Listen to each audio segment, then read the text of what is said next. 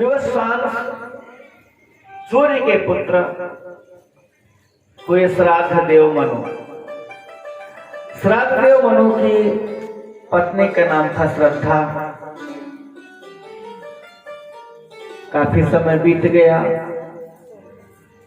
महाराज श्राद्ध मनु और उनकी पत्नी श्रद्धा को कोई संतान ना हुई तो मनु महाराज ने पुत्रेष्ट यज्ञ कराया। महारानी श्रद्धा चाहती थी कि हमारे यहां पुत्री को जन्म हो, परंतु महाराज श्राद्ध देव चाहते थे कि हमारे यहां पुत्र। गुरु वशिष्ठ किसी अन्य कार्य में संलग्न है। महारानी श्रद्धा उसी समय महात्माओं के पास, ब्राह्मणों के पास जाके निवेदन करती हैं, ऐसे यज्ञ करो, ऐसे यज्ञ करो कि हमारे यहां पुत्री का जन्म हो। संत महात्मा महारानी श्रद्धा की बात को मान करके यज्ञ करते हैं, आहुति डालते हैं। परिणामतः श्राद्धदेव मनु के यहाँ पुत्र नहीं पुत्री ने जन्म लिया। महारानी श्रद्धा तो बहुत गदगद हुई, लेकिन श्राद्धदेव मनु को बड़ी पीड़ा हुई। गुरु वशिष्ठ के पास जाके उन्होंने निवेदन किया कि हे भगवान, हमने तो पुत्र चाहा था और पुत्र की कामना से ही हमने यज्ञ किया था, फिर ये परिणाम उल्टा कैसे हो गया। जब वशिष्ठ जी ने महारानी से पूछा, ब्राह्मणों से पूछा, तो बात स्पष्ट हुई कि महारानी श्रद्धा ही चाहती थी कि पुत्री हो, इसलिए ऐसा हुआ।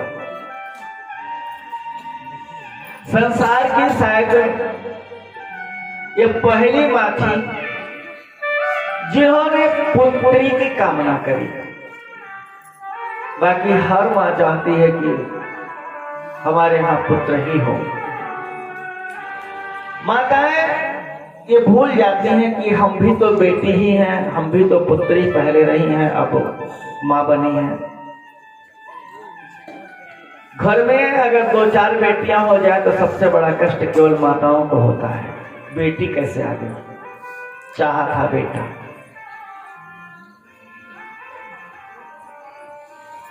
मैं बताऊं, पुत्री और पुत्र ये सब संतान है। पुत्री जो है भक्ति है, पुत्री मर्यादा है। और जिस घर में बेटी हो जाती है तो भगवत कृपा अनायास प्राप्त हो जाती है। और दूसरी बात, ये संसार को चलाने के लिए जितना महत्व पुत्रों का है, उससे कम महत्व बेटियों का नहीं है। पुत्र हो सकता है कि हमारी कसौटी पर खरा ना उतरे, लेकिन बेटियां सदैव सदैव माता पिता के लिए चिंतित रहती हैं। लेकिन अगर गड़बड़ी कहीं होती है तो उसकी जिम्मेदार भी माँ बाप ही होते हैं, क्योंकि पहले की जो प्रथा थी, प्राचीन परंपरा में जब बेटी की विदाई होती थी तो माता पिता अपनी बेटी को शिक्षा देते थे। बेटी सास ससुर की सेवा करना, सबकी दुलारी बनकर रहना, सबके भोजन करने के बाद भोजन करना, ऐसे तमाम आदर्श की शिक्षाएं दी जाती रही हैं। लेकिन अब उल्टा हो गया। बेटी चिंता न करना, हम है ना, अभी दब के मत रहना, जरा सी बात होगी तुरंत फोन कर देना हमारे पास। हम हैं, चिंता न करें। हम तुमको वहां महारानी देखना चाहते हैं, नौकरानी बन के मत रहना। पहले बेटियां जब घर आती थी तो माताएं पूछती थी कि अपने सासू माँ का पैर दबाया कि नहीं दबाया था, बताओ। लेकिन अब वो सब चीजें नहीं है। अगर माता ने देख लिया या सुन भी लिया कि सासू माता का पैर दबाया तो गड़बड़, ये तो क्या करने के लिए आई है यहाँ पर है? और इसके बाद रात दिन फोन पर बातें होती हैं। बेटियों को हमने भेजा था कि वहां पर वो सबकी दुलारी बन के रहे, लेकिन यहाँ उल्टा हो गया। सास ससुर जी अलग, परिवार, अब परिवार हमारा। बहुत से लोग से पूछो तो कहते हैं हम भैया अब दिल्ली में रहते हैं, हम कलकत्ता में रहते हैं, हम पंजाब में रहते हैं, हम अमेरिका चले गए हैं, वहां रहने लगे हैं। तो अगर पूछा जाए कि अच्छा बताओ आप अकेले रहते हो कि और लोग, तो कहते नहीं नहीं हम हैं, हमारा परिवार है। तो उनसे पूछो कि परिवार आपका है तो माता पिता, इसका मतलब साथ में आपके रहते हैं? नहीं नहीं वो माता पिता नहीं, हमारा परिवार हमारे साथ रहता है। तो आपका परिवार कौन सा? बस वो क्या है ना, हमारी पत्नी है, बच्चे हैं, हम हैं। तो फिर माता पिता कहाँ रहते हैं? ऊंचे ऊंचे अट्टालिकाओं को देख करके अंदाजा मत लगा लेना कि ये घर बहुत सुखी है, इस घर के लोग बहुत संस्कारी हैं, ये घर बहुत महान है। आपको अगर किसी घर में बुजुर्ग प्रसन्न मुद्रा में दिखाई दिए, हंसते दिखाई दिए, तो समझ लेना ये घर भले खंडहर है लेकिन वास्तव में सबसे सुखी परिवार इसी घर में रहता है। हम अपनी बेटियों को उचित शिक्षा दें, क्योंकि ये जननी है, ये संस्कार देती हैं, प्रथम गुरु कही गई है। इसलिए हमें हर कदम पर उनको शिक्षित करते रहना चाहिए, संस्कारवान बनाना चाहिए, और एक माँ ही ऐसा कार्य कर सकती है। गुरु वशिष्ठ के पास श्रद्धेय मनु ने जाके निवेदन किया कि भगवान अगर आप चाहें तो यही बेटी हमारा बेटा बन सकती है। भगवान भोलेनाथ की कृपा से गुरु वशिष्ठ ने उसी बेटी को बेटा बना दिया। नाम हुआ सुदुम्न। मनु महाराज के पुनः इक्ष्वाकु, नृग, सरयाति, दिष्ट, घृत, कारुष, नरिष्यन्त, पृषघ्न, नभग और कवि आदि 10 श्रेष्ठ पुत्र हुए। इन 10 पुत्रों से ही सूर्य वंश की कीर्ति का विस्तार हुआ। इनमें जो सरयाद नाम के पुत्र थे, उनकी बेटी है एक सुकन्या। सुकन्या का विवाह महाराज सरयाद ने च्योन मुनि के साथ किया, और इसके बाद च्योन मुनि ने अश्विनी कुमारों को देवताओं जैसा अधिकार दिलाया। देवताओं के साथ उनको जो है मधुपर्क आदि मिलने लग गया। सरयाद के वंश में महाराज रैवत हुए, और इनके 100 पुत्रों में सबसे बड़े पुत्र का नाम था ककुदमी। ककुदमी बड़ा प्रतापी राजा था, ऐश्वर्य दिग्दिगंत में उसका व्याप्त था। ककुदमी ने समुद्र में एक बहुत सुंदर नगर का निर्माण किया, और उसकी नगरी का नाम था कुशस्थली। उसकी एक बेटी भी है, नाम है रेवती। रेवती बहुत सुशील, शुभ लक्षणों से परिपूर्ण है। ककुदमी चाहता था कि अपनी बेटी का विवाह बहुत ही दिव्य घराने में करूं, श्रेष्ठ वर मिले। श्रेष्ठ वर कहां मिलेगा, इसको पूछने के लिए ककुदमी ब्रह्मा जी के पास गया। ब्रह्मा जी से निवेदन किया कि भगवान हमारी बेटी के लिए सुंदर वर बताओ, कौन है सुंदर श्रेष्ठ वर। ब्रह्मा जी ने कहा शीघ्रता करो, जल्दी जाओ। पृथ्वी लोक में एक नगरी है द्वारिकापुरी। द्वारिकापुरी में इस समय भगवान वासुदेव श्री कृष्ण अपने बड़े भैया बलराम जी के साथ निवास करते हैं। भगवान श्री कृष्ण के बड़े भैया बलराम जी के ही साथ तुम्हारी बेटी का विवाह सुनिश्चित है। ककुद में वहां से चला, द्वारिका आया। वसुदेव देवकी की अनुमति लेकर के भगवान वासुदेव श्री कृष्ण की कृपा पा करके अपनी बेटी रेवती का विवाह बलराम जी के साथ किया। इस प्रकार से बलराम जी का विवाह संपन्न हुआ। फिर बलराम भैया की जय हो। अब स्वामी सुखदेव जी ने कहा कि हे परीक्षित, मनु महाराज के जो दूसरे बेटा थे नभक, नभक के नाभाग हुए और नाभाग के बेटा हुए परम भागवत श्री अम्बरीश जी महाराज। अम्बरीश जी परम वैष्णव भक्त थे। भगवान नारायण पर अवधि करो।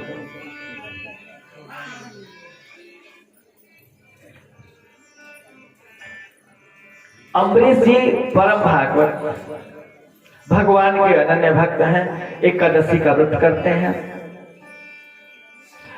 लेकिन एकादशी का व्रत वो निराजल रह के करते हैं, जल भी नहीं पीते।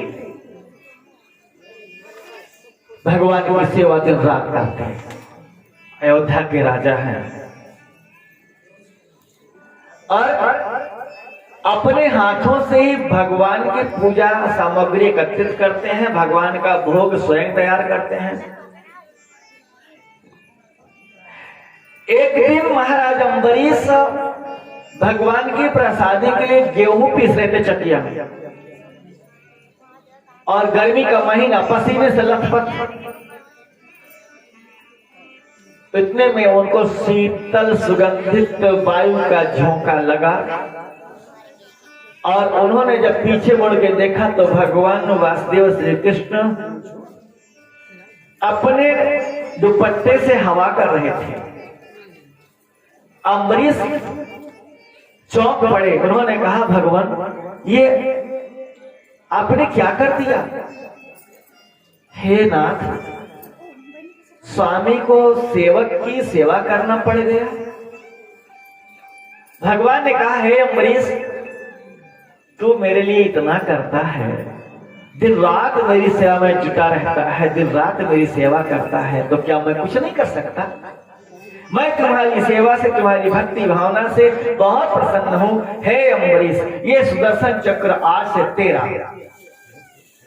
भगवान ने सुदर्शन चक्र अम्बरीश को समर्पित किया। एक दिन महाराज अम्बरीश एकादशी का व्रत किए हुए थे। अगले दिन द्वादशी थी।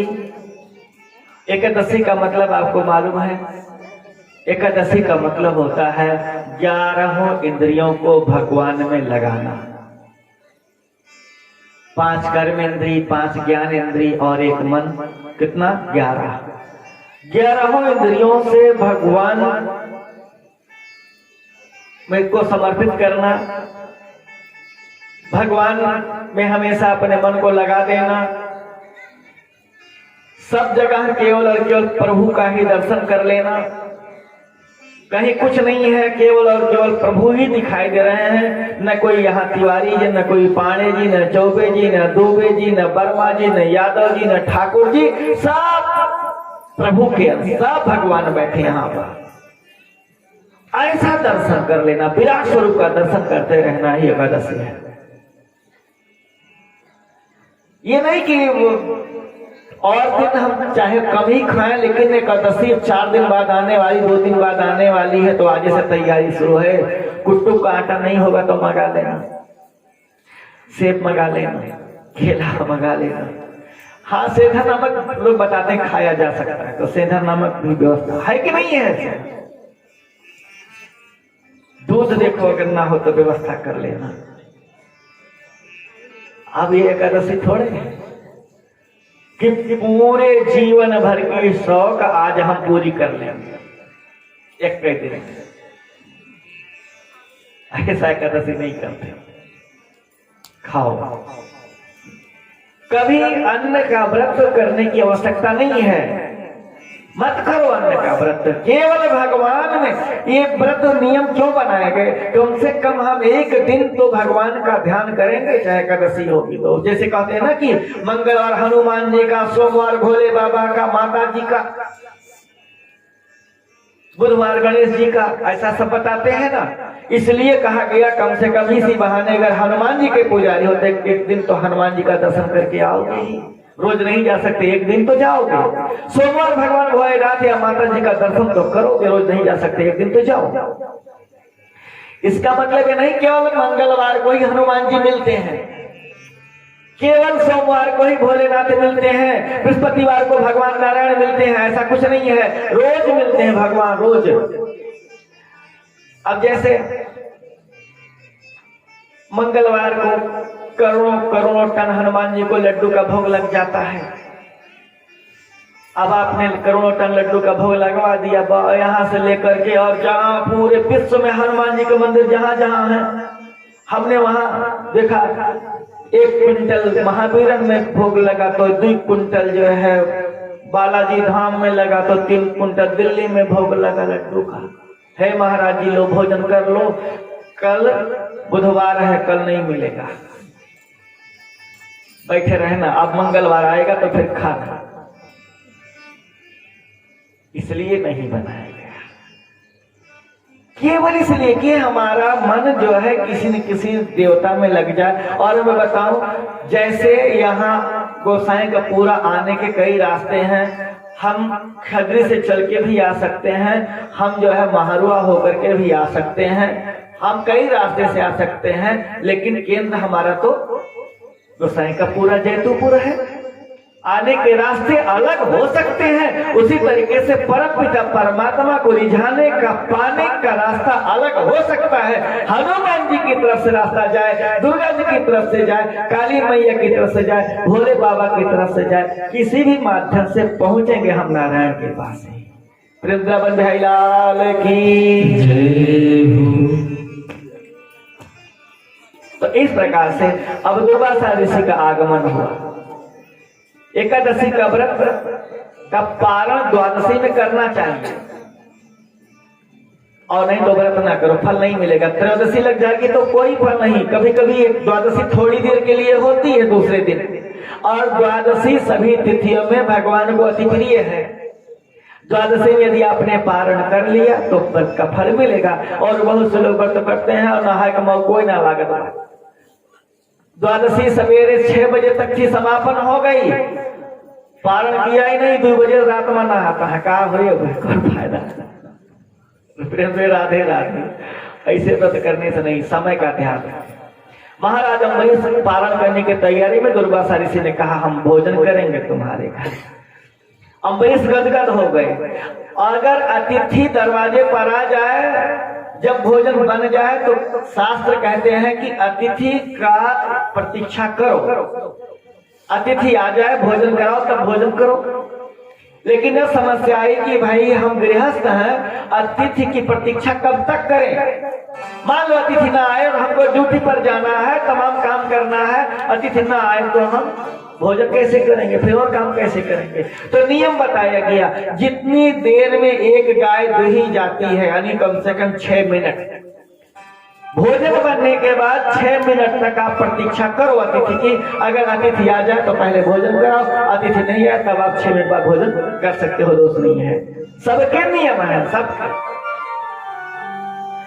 अब दुर्वासा जी स्नान करने गए, अब अतिथि है ना, तो अम्बरीश जी ने सोचा द्वादशी आई पारण करना है, दुर्वासा जी को भोजन कराऊंगा। दुर्वासा जी नहाते नहाते 2 घंटा लगा दी।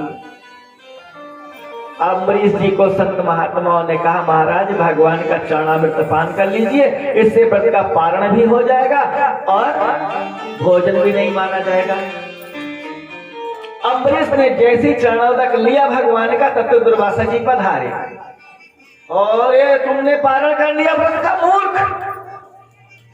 बिना अतिथि को भोजन कराए तूने व्रत का पारण कैसे कर लिया? मैंने कहा था भोजन करूंगा। इतना कह करके मारे क्रोध में दुर्वासा जी ने अपने बाल से एक लठ निकाली और पृथ्वी पर पटका, कृत्या प्रकट कर दिया। वो कृत्या अयोध्या क्षेत्र को जलने लगी और जैसे ही कृत्या ने अयोध्या को जलाना आरंभ किया, तब तक भगवान का सुदर्शन चक्र प्रकट हो गया। सुदर्शन चक्र ने कृत्या को जला के भस्मीभूत कर दिया और फिर इसके बाद दुर्वासा के पीछे सुदर्शन चक्र लग गया। दुर्वासा जी भागते जा रहे, भागते जा रहे, भागते जा रहे। तीनों लोगों में उनको शरण देने वाला कोई नहीं जब मिला, ब्रह्मा जी ने भी ठुकरा दिया, भोलेनाथ ने भी ठुकरा दिया, तो अंत में थक हार करके भगवान नारायण के पास आए। भगवान नारायण से निवेदन किया कि रक्षा करो हमारी। भोले बाबा ने तो इनकार किया ही था, भगवान नारायण ने भी कह दिया हम कुछ नहीं कर सकते। अहम भक्त परमधीनो अस्वतंत्र युगज साधुर्विग्रस्त हृदयो भक्तैर्भक्त जनप्रियः। भगवान ने कहा हम स्वतंत्र नहीं हैं, हम आपकी रक्षा नहीं कर सकते, हम तो किसी के परतंत्र हैं, गुलाम हैं। दुर्वासा ने कहा आपको तो लोग परम स्वतंत्र कहते हैं। जैसे देवर्षि नारद ने स्पष्ट कह दिया कि परम स्वतंत्र न सिर पर कोई, भाव ही मन ही करहु तुम सोई। तुम तो परम स्वतंत्र हो, जो तुम्हारी इच्छा में होता वही कर डालते हो। लेकिन यहाँ दुर्वासा से भगवान ने स्पष्ट कह दिया कि हम स्वतंत्र नहीं हैं, आपकी रक्षा नहीं कर सकते। तो महाराज आप किसके अधीन रहते हैं? भगवान ने कहा अहम भक्त पराधीनो, हम अपने भक्तों के बस में रहते हैं। आप जाओ वहीं जहां से आए हो, उनसे क्षमा मांगो, अगर वो क्षमा करते हैं तो हमसे क्षमा मिल जाएगी।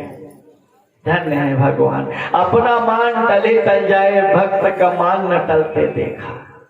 दुर्वासा जी भाग के आए, अम्बरीश जी खड़े हैं अभी तक प्रतीक्षा में। 1 साल बीत गया, पूरे 1 साल के बाद दुर्वासा जी का आगमन अयोध्या में होता है। तब तक अम्बरीश जी टकटकिल लगाए देते रहे, दुर्वासा जी आए भोजन कराओ तो मैं भोजन करूं। जैसे दुर्वासा आए और दुर्वासा जी महाराज अम्बरीश को देख करके उनको चरणों में गिरने लग गए, तब तक अम्बरीश ने उनको उठा के हृदय से लगा लिया और दुर्वासा जी का पांव धोया, प्रणाम किया, वंदना की। दुर्वासा ने कहा पहले इसको हटाओ, पहले मेरी प्राणों की रक्षा तो करो।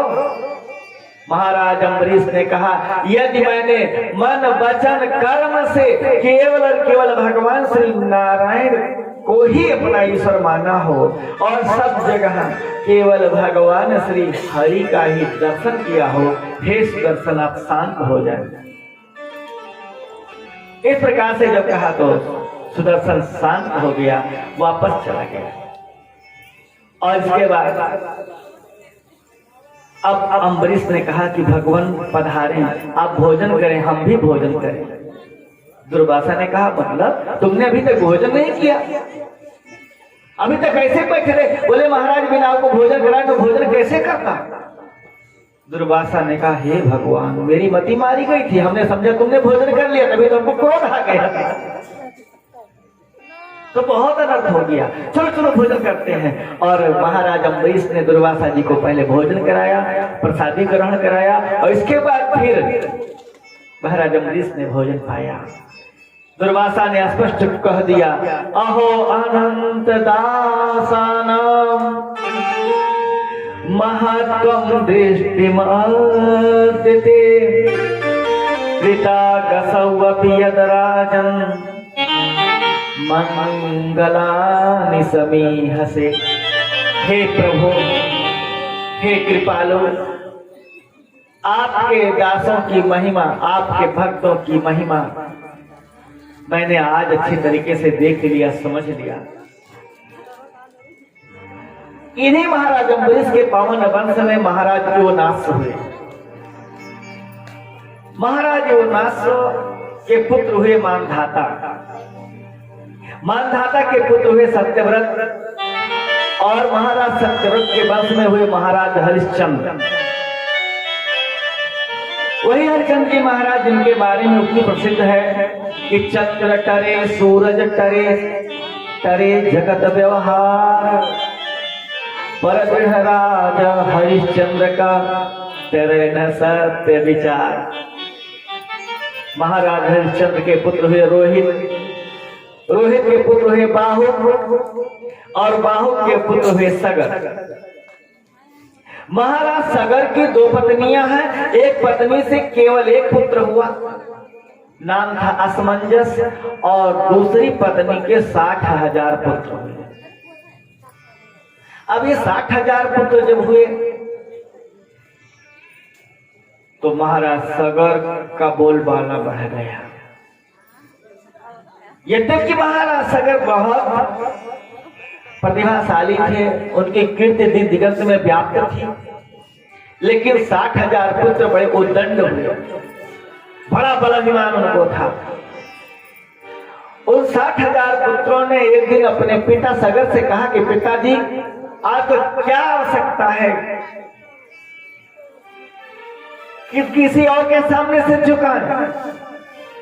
आप अश्वमेध यज्ञ करें, सारे पृथ्वी के राजा आपको कर चुकाएंगे और आपके सामने हाथ बांधे खड़े रहेंगे।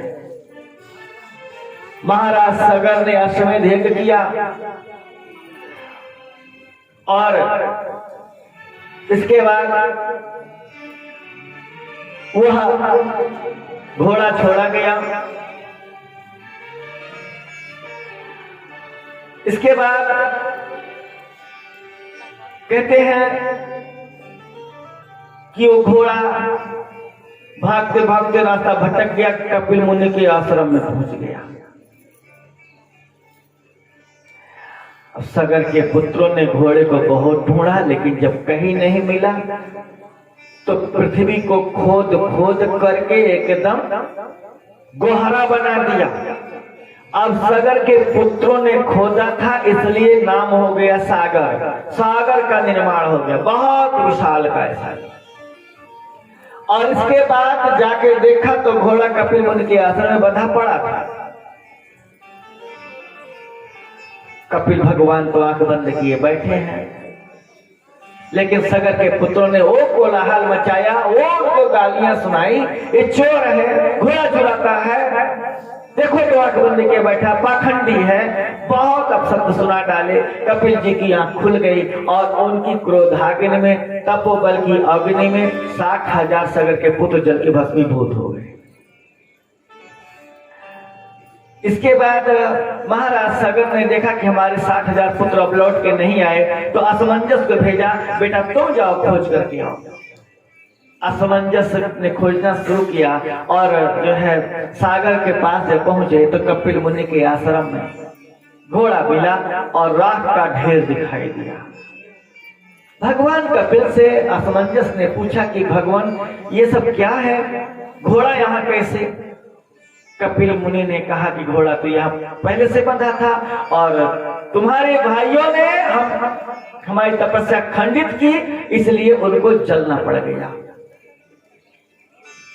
असमंजस ने कहा इनका उद्धार कैसे होगा प्रभु? बोले गंगा जी को ले आओ, उनके जल का स्पर्श होते ही इनका कल्याण होगा। असमंजस ने भगवान कपिल की बात को सुनकर के तपस्या करी, गंगा जी को लाने का बहुत प्रयत्न किया, लेकिन गंगा मैया प्रकट ना भई।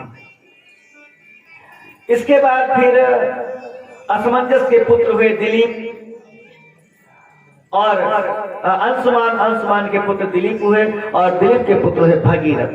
क्रमशः सभी राजाओं ने गंगा जी के लाने के लिए अत्यधिक प्रयत्न किया, तपस्या करी, लेकिन नहीं ला सके। तब भगीरथ ने जो है प्रयास किया, गंगा जी को प्रसन्न किया, ब्रह्मा जी की तपस्या करके गंगा जी को मुक्त कराया कमंडल से। लेकिन गंगा जी के बेग को धारण कौन करेगा? इसके लिए भगवान भोलेनाथ की तपस्या करी। भोलेनाथ आज बहुत गदगद भय, बड़े खुश हुए। उन्होंने कहा मैं गंगा जी के बेग को अपने सिर पर धारण करूंगा। आज भोलेनाथ इतने गदगद हैं, कहते वाह प्रभु, आपने मेरे ऊपर बहुत बड़ी कृपा बरसाई। आज आपके चरणों की धूल मैं अपने सिर पर धारण करूंगा। हे नाथ, ये तो आपकी बहुत बड़ी कृपा हमारे ऊपर हुई। उन्होंने कहा हे भगीरथ, ब्रह्मा से कहो गंगा जी को मुक्त करें, मैं अपनी जटाओं में गंगा को रोकूंगा। गंगा जी आई, भगवान भोलेनाथ की जटाओं में उलझ गए। भगीरथ ने भगवान भोलेनाथ से प्रार्थना करी। भगवान भोलेनाथ ने गंगा जी की एक धारा को मुक्त किया। वही 3 धारा में विभक्त हुई, एक आकाश गंगा, एक पाताल गंगा और एक पृथ्वी लोक पर। इस पूरे पृथ्वी लोक को पवित्र पावन कर रही हैं, हम सबके कलिमल को धो रही हैं। वो है हमारी गंगा, विष्णुपति गंगा। एक बात बताऊं, यहाँ तो केवल हरिश्चंद्र जी का नाम आया है। देवी भागवत में बहुत विस्तार से हरिश्चंद्र की कथा कही गई है। तो उसमें वर्णन आता है कि महाराज हरिश्चंद्र गंगा जी के किनारे जो है वह शमशान में रहते थे और शव को जलाने का काम करते थे। अब यहाँ पर आया है कि महाराज हरिश्चंद्र के कुल में कई पीढ़ियों के बाद भगीरथ हुए और वो गंगा को लाए। तो फिर गंगा पहले कहां से थी? ये बार बार प्रश्न आता है, लेकिन जो है समय अभाव के कारण लोग बता नहीं पाते हैं। जानते हैं, मैं नहीं कहता, मैं निंदा किसी की नहीं करता, जानते हैं लेकिन बता नहीं पाते क्योंकि समय कम होता है। मैं बताऊं, ये जो गंगा है ये विष्णुपति गंगा है, और जो काशी में गंगा बह रही थी उस समय जहां पर वो शव जलाते थे महाराज हरिश्चंद्र, वो शिवपति गंगा है। उनको शिवपति गंगा कहा जाता है। ये विष्णुपति गंगा है। ये विष्णु के चरणों से, ये धोवन से निकले हैं, विष्णु के चरणों।